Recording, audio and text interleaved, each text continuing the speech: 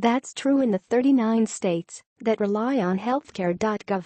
But circumstances are different in some of the 11 states plus the District of Columbia that run their own ACA websites and marketplaces. They're in charge of their own marketing and enrollment assistance programs, so are somewhat immune from Trump administration actions, and an action that critics have warned will undermine 2018 individual market enrollment. "We're in a very different position than the federal government," said Allison O'Toole, who runs Minnesota's exchange, NJOR. "I see a lot of action coming out of Washington designed to destabilize the market and to hinder enrollment. I have the exact opposite goal in Minnesota."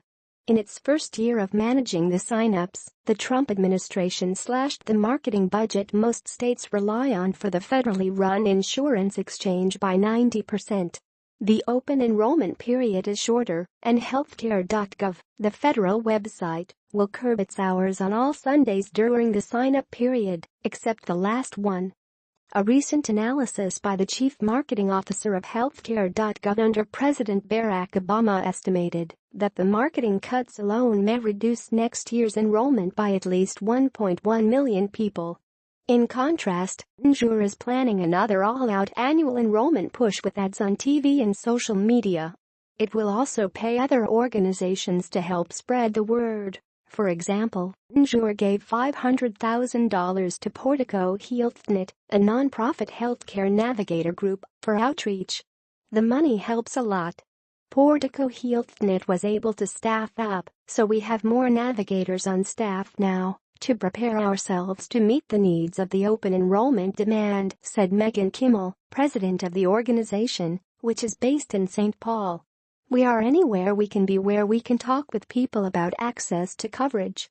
The picture is very different in states like Mississippi, which relies on healthcare.gov, the federal exchange.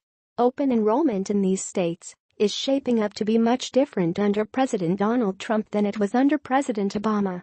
"We're still enrolling," said Ginny Trand, who works as an ACA navigator at Mercy Housing and Human Development in Gulfport, Miss. "But we're not aggressively outreaching and educating because there isn't enough money."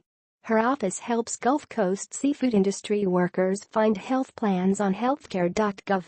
Cuts to federal enrollment assistance translated to a 70% smaller budget for Mercy's open enrollment activities.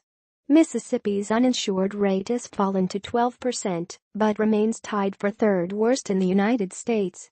Republican Governor Phil Bryant has staunchly opposed the Affordable Care Act and did not expand Medicaid.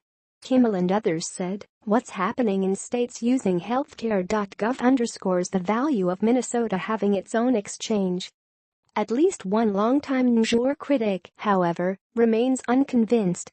State Representative Greg Davids, a Republican, dismissed the notion that cutting back on the open enrollment period and slashing the promotional budget will discourage enrollment. He said he favors having the state turn to healthcare.gov instead. "We need to get rid of NJOR," Davids said. "They're an unnecessary duplicate layer of government that hasn't worked."